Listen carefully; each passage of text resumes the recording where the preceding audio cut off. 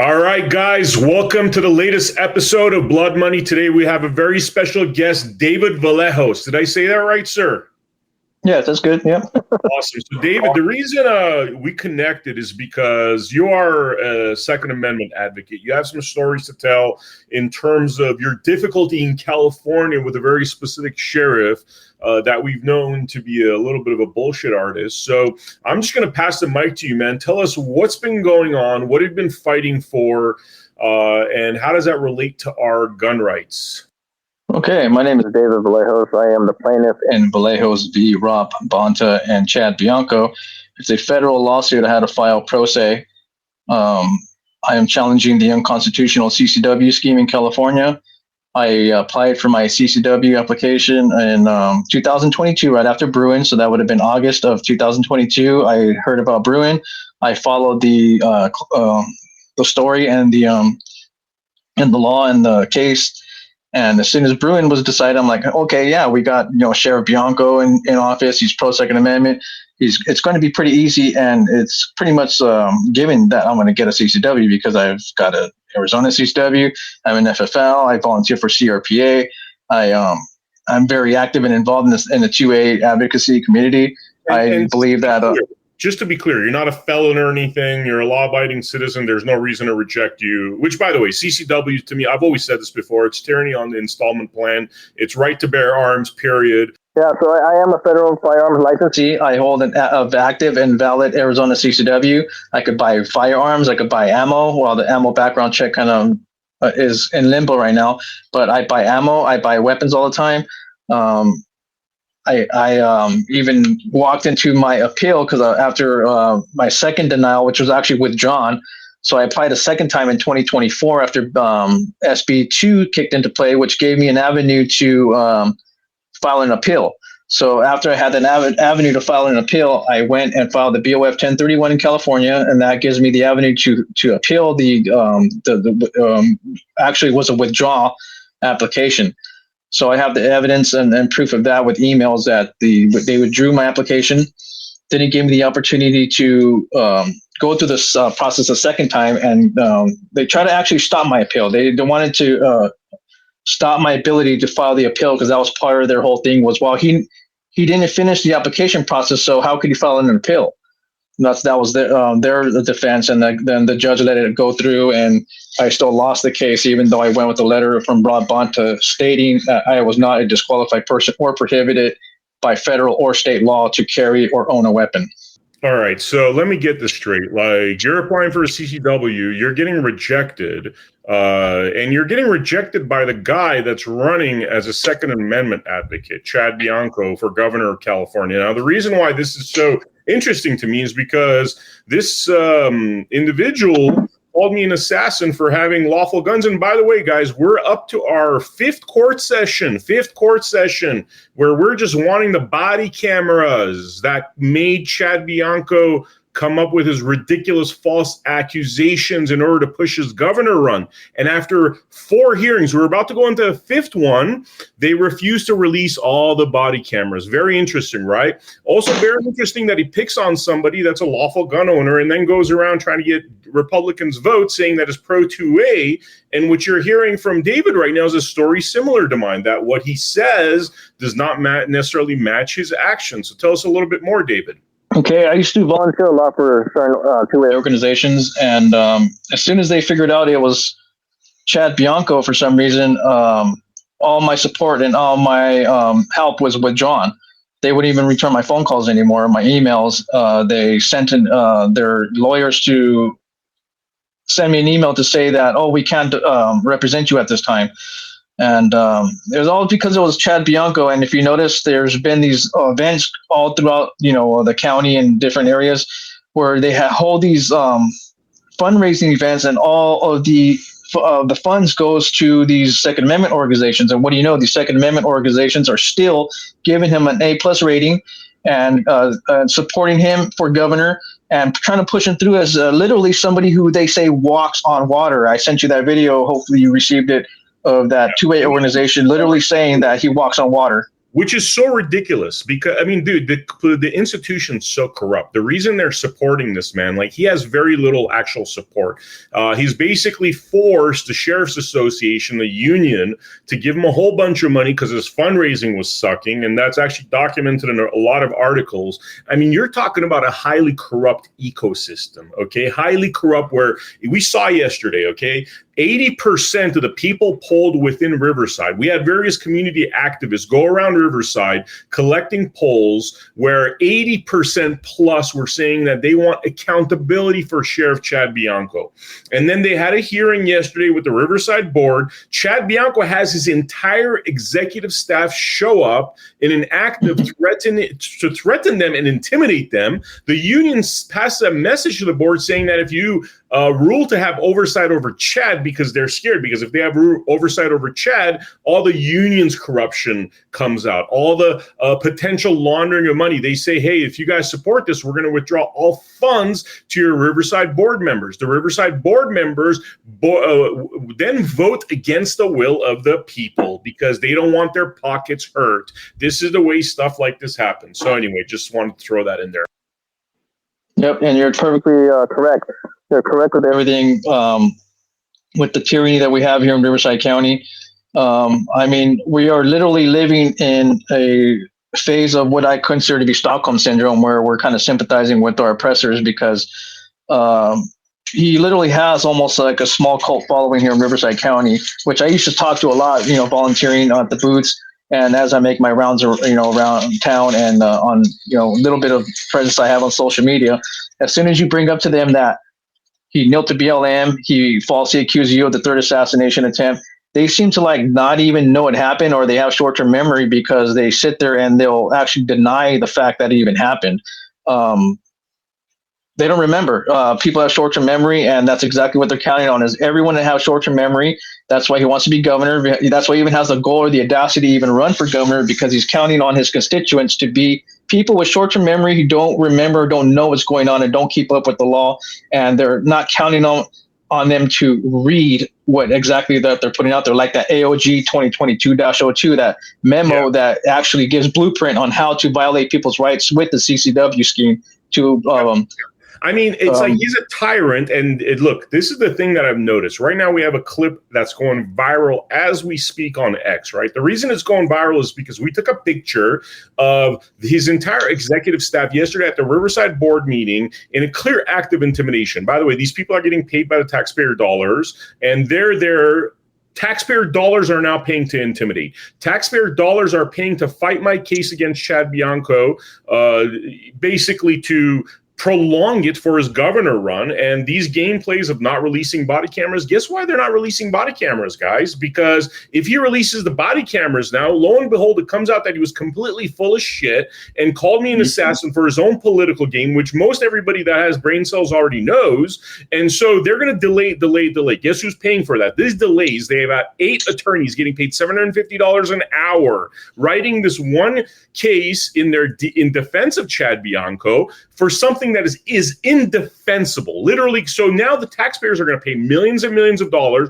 Eventually, they're going to lose millions and millions of dollars, all paid via the taxpayer dollars. This is a scheme that Chad Bianco is running. He comes to you and he says, I'm going to give you CCW, while he works with organizations that are going to deprive you of our rights. And the issue here, by the way, last point, David, before I pass the mic on to you, is that the idiot voters. Right now, we have this thing going viral. Most people are horrified at what they're seeing, the acts of intimidations.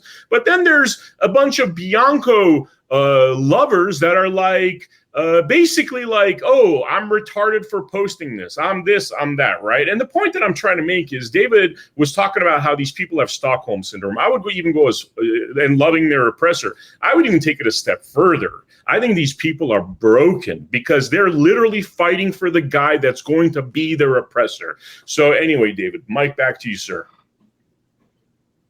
Yeah, you're totally correct on everything. I agree with everything you're saying. You've done your homework. You've seen the oppression that goes on here in Riverside. You experienced it yourself. I experienced it.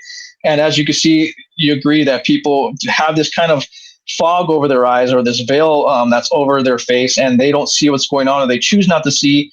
And then when you bring it in front of them, it creates this cognitive dissonance, and it actually creates them to not like you anymore, almost, because you're bringing them the truth and making them realize that the image that they've seen as what they say, like that Second Amendment organization said, this image that walks on water is now this fallible image that is making mistakes and has lawsuits piling up against him.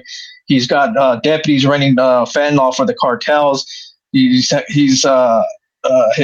captain just sued him because she was a whistleblower who got fired because before we get to the Vicky Flores case, one thing I want to say about the fentanyl, these are the things that, okay, guys, I'm going to lay it out real quick. So while I don't have evidence that this guy's running fentanyl for the cartel on hand, right? Let me give you some math equations, which is that the Riverside Police Department or Sheriff's Department has the most opiate deaths within their prison, right? Now, one has to ask, it's a prison. How does opiates get within the prison, right? Could that be that you have a bunch of scumbag deputies that are bringing into prison? How does opiates get into a prison if one is a responsible sheriff? Because nothing should get into the prison that the sheriff doesn't want to get into the prison. Then you have cases of 60 kilos of fentanyl gone missing, ending up in Las Vegas, where tons of children are having fentanyl overdoses, and lo and behold, they find out that this was taken from Bianco's sheriff department. So, I mean, people are a little,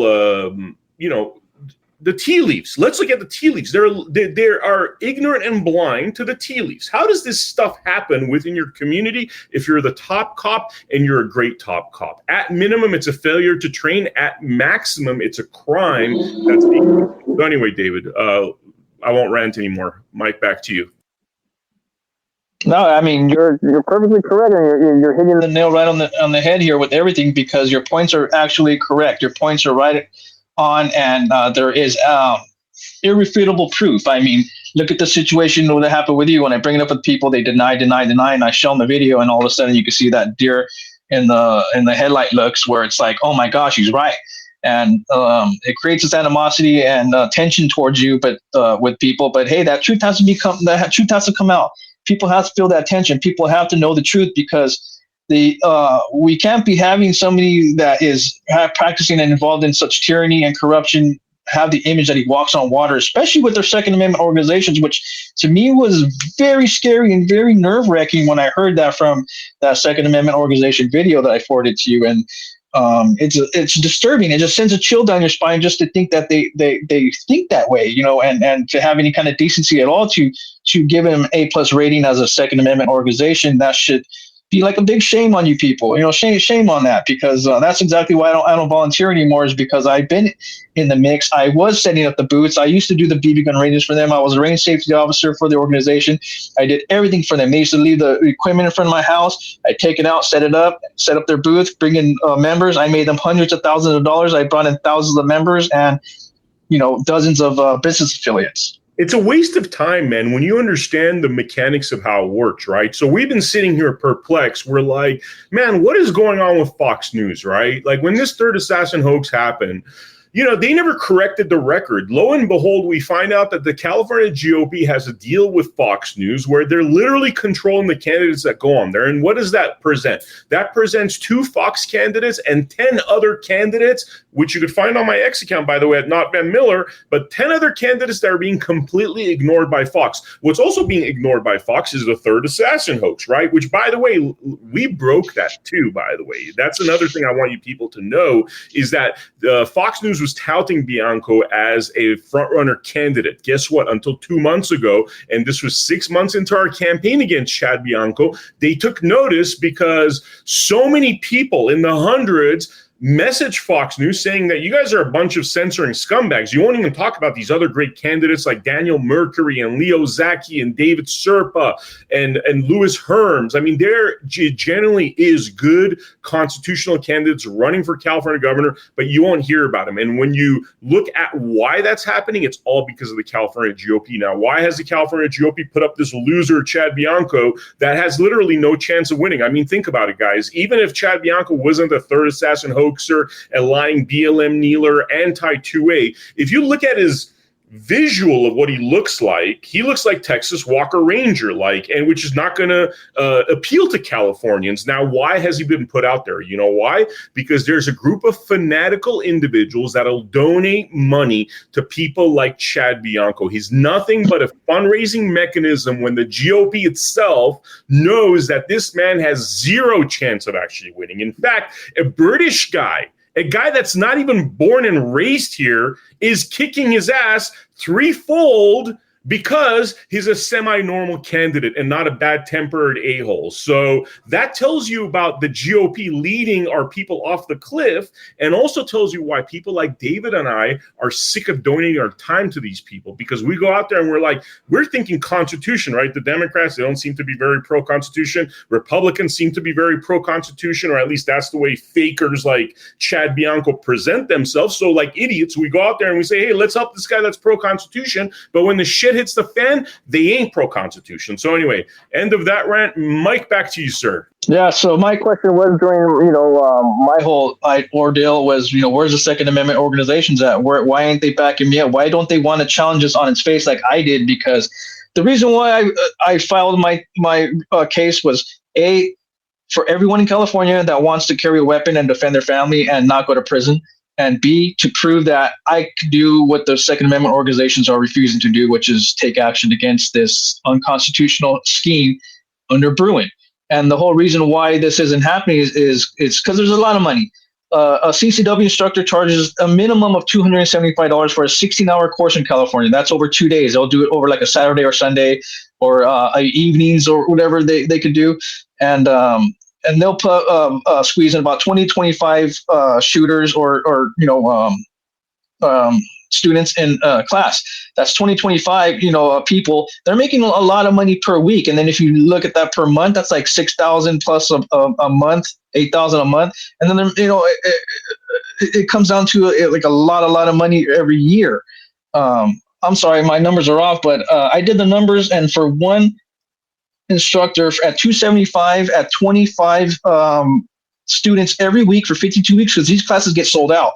That's $360,000 if I'm not mistaken, if my numbers are right. So that's exactly why they don't want this to go away. If you notice, all the instructors are all connected with local law enforcement. They're connected with local Second Amendment organizations. And for a while, they had a monopoly after SB2 because they dropped a lot of the instructors off of the roster and who could teach and who could give the course and who could get paid off of you begging for a Second Amendment right. That's and the only right that's assured by the Constitution.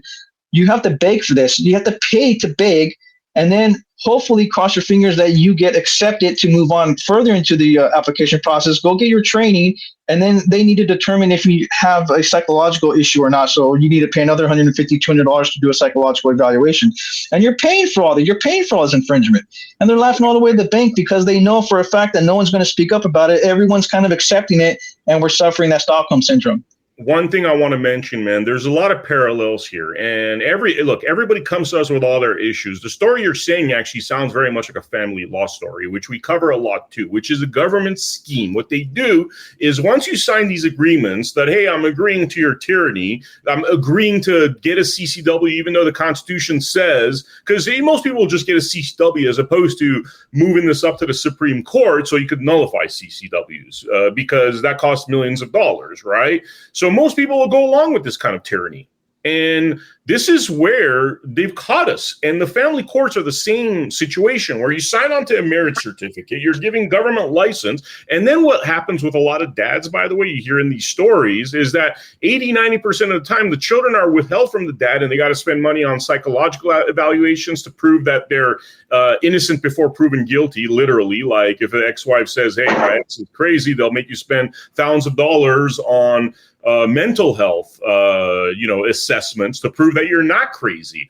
And what you see in this fraud, and this is the point I'm trying to make, that all this fraud's the same, man. The people that are getting screwed out of CCWs and their constitutional rights, the fathers and mothers that are losing their children to the kidnapping and trafficking scheme of the family law courts that withhold your kids until you spend a whole bunch of money on shit. It's the exact same thing. It's government tyranny made possible by people like Chad Bianco. And by the way, you look at Chad Bianco's brother, Brett Bianco, he's a pro-LGBTQ plus family law attorney with 4 adopted girls, has so many complaints. Just Google it. Brett Bianco complaints and lawsuits. He has got complaints and lawsuits like this from parents saying, you stole my kid for financial reasons because you're going to sell off my baby for forced adoption, probably to some gay couple. And you know what? I don't have anything against law-abiding gay couples having their own kids, but not at the price of stealing a kid from their mom and essentially holding that thing hostage. No different than CCWs. You're not going to get your CCW until you spend money on it. And somebody said you have red flag issues. Well, guess what? You got to go spend $5,000 on a mental health assessment to prove that you don't have mental health. It's just because there was a red flag BS California law that made you do that. So it's all a money making scheme to rob us of our funds.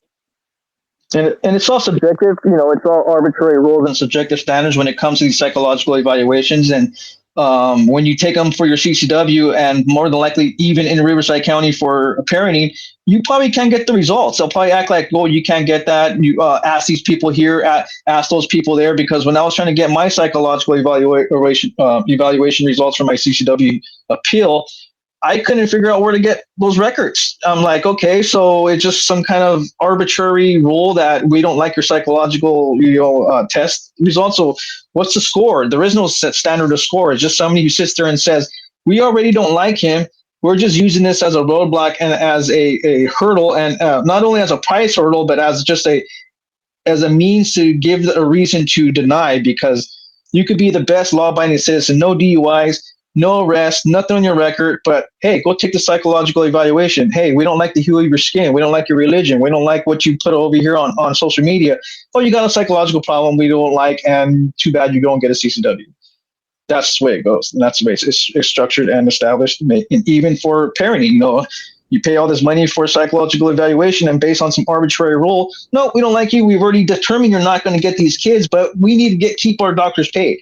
Yeah, scumbags. I mean, they're all fucking scumbags, dude. And the whole lot of them, every single person that endorsed Chad Bianco ignorantly so, and this guy's literally not stopping a lot of the fundamental issues. You know what, Chad? If you have problems with what's happening with the destruction of families in the United States, then first of all, investigate your brother, Brett Bianco, that's got dozens of complaints against him. Horrible complaints of kidnapping and trafficking children, felonious issues, and you won't give CCWs to law-abiding citizens like David. Now, David, is there anything you want to mention in closing? I'm going to pass the mic to you, to your heart's content, brother. Let us know what you're thinking.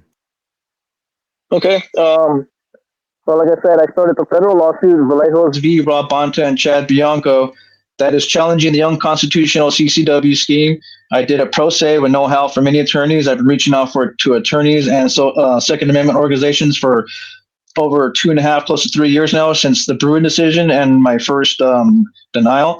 I gave the Second Amendment organizations a pathway and a strategy. The strategy I used to challenge this on its face, because if you notice, Second Amendment organizations, they kind of do a lot of frivolous cases where it doesn't really help a lot of people. Like, there's not a lot of people going to prison for high capacity magazines per se. You know what I mean? It's kind of like a wobble or a wobble charge where they could kind of do probation.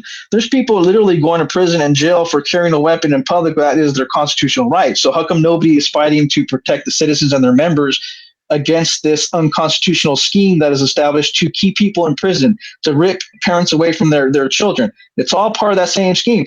If they rip away this and they give us constitutional carry, that means that the father's not going to get ripped away from that child. That means that that child's not going to end up in the foster system. That means less money for the lawyers because you need to pay for criminal defense, less lawyers for the foster care system because that kid isn't going to be circulated, less money for the courts, less money for this. And it's all a money-making scheme, everything. And it's all established because they want to rip away your inalienable rights that are assured by the Constitution. That's it, plain and simple. Your right to parent your child, your right to carry a weapon for self-defense. Like, we're not armed for violence. We're armed to defend life, and our own life and the life of our family and people around us if we feel the need to. If we want to intercede on a situation and like that gentleman in what was it, Reno, stop that Walmart stabbing. He had a CCW. He had his own weapons. He stopped the action there. He wasn't armed to be violent. He was armed to stop situations. That's what we want to do. They want to make it sound like we are wanting to be armed to be violent and to teach people lessons. I tell people all the time that we're not armed in society to teach people lessons. We are there to preserve life. That's it. Your own life and the life of your loved ones and the people around you. Plain and simple. That's it. We're law-abiding citizens. I got to put out a word here because I just got my CCW, by the way, and I'm going to show you guys my beautiful Glock over here. This gun is such a great gun, man. I'm not even that much of a gun guy.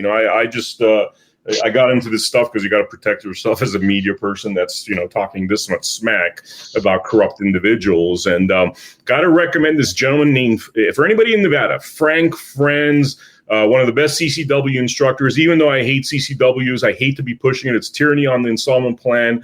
But for people that are not doing the sort of things that David's doing, where they're ready to take this up to the Supreme Court, there is good options for good CCW instructors. But I agree. Huh? I agree. There's good CCW instructors out there that have good hearts that are in it to give access, and they don't have that heart of I want to make a profit off it. They're there to give access to good people like me, you, and everybody else. And there's actually good CCW instructors out there because training's good. I'm not against training at all. You need to be trained.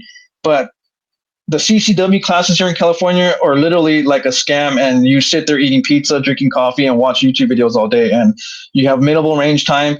And there's some, not saying all of them, there's some out there where I read the reviews and I talk to people and they said they actually got trained. They were instructed on how to handle the weapon and how to carefully and safely draw and put shots on target. They were actually there for instruction. But the classes I took 2 different classes for CCW here in California. The first time was for my first run around, and the second time was for my second attempt at the permit. And both times we're literally just sitting there watching videos waiting for the time to run out. And it's a joke of a program, but I'm not saying all of them are like that. I have a lot of respect for the CCW instructors out there that actually give time and effort to show people how to safely be responsibly armed citizens who are who have a good mind. And I think learning with a professional is definitely helpful. I mean, there's only something to be said about getting trained. I'm not against that process. I'm just against this idea that we need to get permission and more regulation and more government. And I'm specifically against that. People that are supposed to be conservative, less government type people that say they're less government, they're really about more government, and they're just saying that so they could get the widest amount of votes possible. I mean, it doesn't even work anymore because people sense when somebody's inauthentic. So anyway, now in terms of David, where you think this is going, and just in closing, could you tell us where you think this lawsuit's going to go? What do you imagine is going to happen? How far are you willing to take it? I'm willing to go as far as I need to go. I have no help. Like I said, I'm inexperienced. They're trying to move for dismissal, of course. Of course, they're going to try to do that. But I've heard I had a good judge, which is Charlene Peace. I can't remember her full name. But she's the one who issued a order against LA County Sheriff's or the state of California saying they have to issue out-of-state permits. So she is a good judge according to track record for Second Amendment judgments, but we can only see because it's the 9th District, the 9th Circus, and I'm hoping maybe, that somebody will step in and be like, hey, I'll help this gentleman here. I'm an attorney, or, this Second Amendment organization like FPC or somebody will step in and be like, we need to help this guy because I don't know what to do from here. It's kind of in limbo. They have my preliminary injunction just kind of in limbo and stuck, and it's not going anywhere.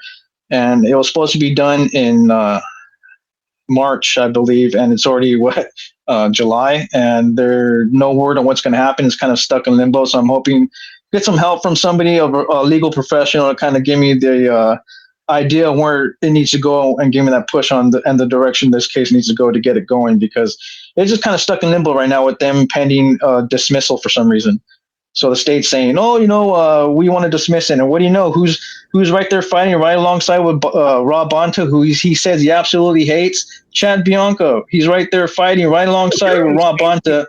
They're on the same team. It's absolutely bullshit. Oh. I mean, look, Rob Bonta's an idiot. Rob Bonta's a freaking moron on the level of a Chad Bianco, because the amount of evidence we have as civilians right now is enough to have Bianco brought up on charges. There's no way that you could look at the amount of evidence that is out there today, right now, via the Vicky Flores case, the 12 other individuals that have sued him for literal criminal deeds, and other deputies for literal criminal deeds. And there's no, I mean, it's WWE. That's what people don't get. When you're talking about corrupt officials, party lines are gone, right? The difference between a Rob Bonta, Chad Bianco, Hestrin, I mean, it's an ecosystem of corruption. These are the fools that can't even break a case, like that have like 1% of the intelligence of the Sherlock Holmes that are out there claiming that they're capable, and they're not. Because if we could dig up this much crime and patterns and practices of crime from Chad Bianco,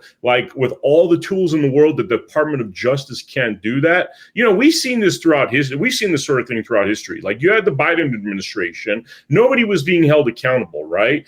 And you wonder why they're not being held accountable. And then all of a sudden the Trump administration starts, and you see a little bit of accountability, although I'm very not happy with the amount of accountability. I'm just being patient, but I'm just saying you see a little bit of accountability, and you realize that it's really the people in power, that Bonta, Hestrin, Bianco, there's no way they're not playing on the same team. And honestly, I would add Newsom on top of that, because when the third assassin hoax happened, that was a perfect opportunity for Newsom to stand up there and go, look at this clown. Like, he could have destroyed that guy's candidacy right there, but he didn't. You know why? Because they all have dirt on each other. They all have dirt on each other. What happened right now with this union guy named Bill that was put on administrative leave, because according to a lot of witnesses, there's been a lot of crime and corruption. Now, what's going to happen is Chad Bianco is going to investigate that crime and corruption, even though a lot of the witnesses say that Bill and Chad were in bed together. And guess what's going to happen? Chad's going to dismiss any issues with Bill, just cover it up, because they're all in cahoots with one another. It doesn't happen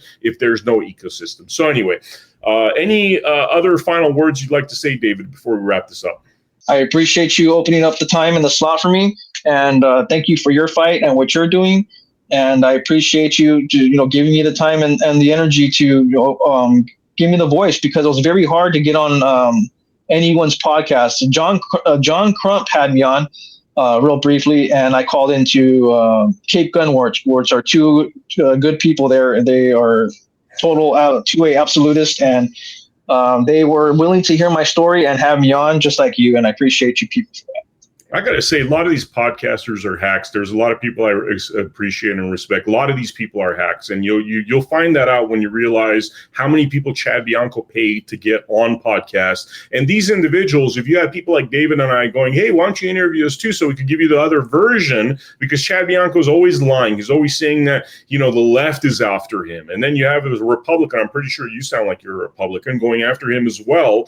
And so, it's just not true. But these podcasts won't let people like me and David on, because we would go against the Chad Bianco narrative on why are they that way? Because a lot of these guys are pay to play. That's the truth. A lot of these guys are pay to play. They'll literally interview Adolf Hitler if you give them $10,000. You know what I mean? Like, and I'm not even joking. Like, you literally pay them. And I've emailed a lot of these people after Chad Bianco has gone on their podcast. I've emailed these people going, hey, you just had Chad Bianco on. Why didn't you hear the alternate version of the story, either from myself or Vicky Flores or Michael Lujan? And then they write back to me saying, yeah, sure. It's, we charge $25,000, right? Yep. About how this nonsense works. And by the way, that $25,000, guys, is coming from a lot of places it shouldn't be coming from, So anyway, to wrap this up, guys, thank you so much for joining us for this Blood Money episode. Make sure you check out AmericaHappens.com for all of our featured content. Check out my X account, Mindy's X account at iHeartMindy, not Vem Miller, and AmericaHappens.com. I will see you all on the next episode of Blood Money. Thank you.